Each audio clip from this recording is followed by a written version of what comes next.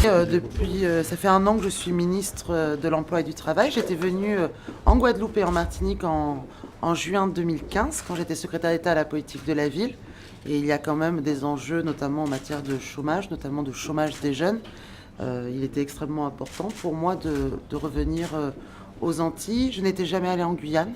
C'est pour ça que j'ai passé 2 jours et demi en Guyane pour développer aussi notamment la garantie jeune. Et puis c'est le sens de cette visite à la fois en Guadeloupe et puis vendredi à Saint-Martin, où je n'y suis encore jamais allée non plus. Donc il y a quand même des enjeux en matière de développement économique, en matière de lutte contre le chômage, et aussi parce qu'il y a le plan 500 000 actions de formation. Et on voit bien qu'aux Antilles, la question de l'accès à la formation, à l'accès à la qualification, notamment pour les plus jeunes, c'est un vrai défi. Et donc c'est tout l'enjeu de voir, à la fois aller sur le terrain pour voir si les mesures que nous mettons en œuvre, quel est l'avis d'abord de ceux qui sont chargés de les mettre en œuvre. Pour moi, c'est important d'avoir bien sûr l'avis des élus, conseil départemental, conseil régional, mais également les maires, et puis également l'avis du service public de l'emploi, les missions locales, les Cap Emploi, le Pôle emploi, et surtout l'avis des bénéficiaires. Et est-ce que ça fonctionne? C'est vraiment ça l'enjeu. Donc c'est de voir concrètement si les dispositifs fonctionnent et les dispositifs à lever, les difficultés à lever. Alors j'étais allée, je n'ai qu'une semaine, faire un déplacement au pas de charge qu'une demi-journée, ça c'était impossible.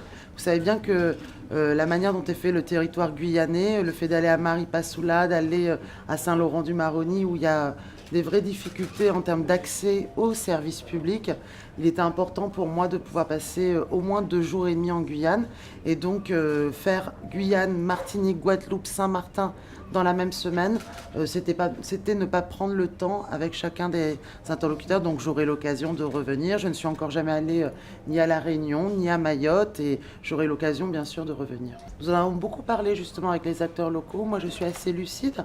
Il y a le nombre de demandeurs d'emploi, et puis il y a ce que nous appelons le halo du chômage, c'est-à-dire des personnes qui sortent complètement des radars. On le voit par exemple quand nous mettons en œuvre des dispositifs comme la garantie jeune. Au plan national, 30% des jeunes n'étaient pas suivis avant par la mission locale. Donc c'est tout l'enjeu du service public d'aller au-devant des publics. Et donc la question en Guyane, la question qui se pose, c'est notamment l'accès territorial. On voit bien qu'il y a un fort enclavement, notamment de l'ouest guyanais. L'accessibilité, il y a un point relais par exemple de Pôle emploi à Maripasoula.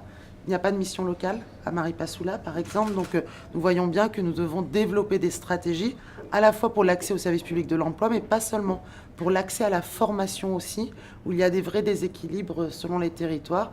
Et c'est ça aussi l'objectif du plan 500 000, c'est-à-dire créer une dynamique sur les territoires, en partant vraiment des besoins des entreprises, autrement cela ne fonctionnera pas. Les besoins des entreprises, et puis après, avec nos partenaires, essayer de développer les bonnes formations et cibler les publics qui en ont le plus besoin.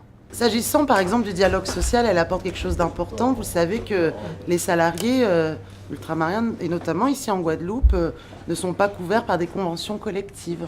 40% seulement des salariés sont couverts par des conventions collectives. Dans la loi travail, on a inversé la loi d'Hyper-Perben, c'est-à-dire que les conventions collectives s'appliqueront à l'outre-mer, sauf dispositions contraires. Et donc là, il va y avoir un enjeu de développement du dialogue social.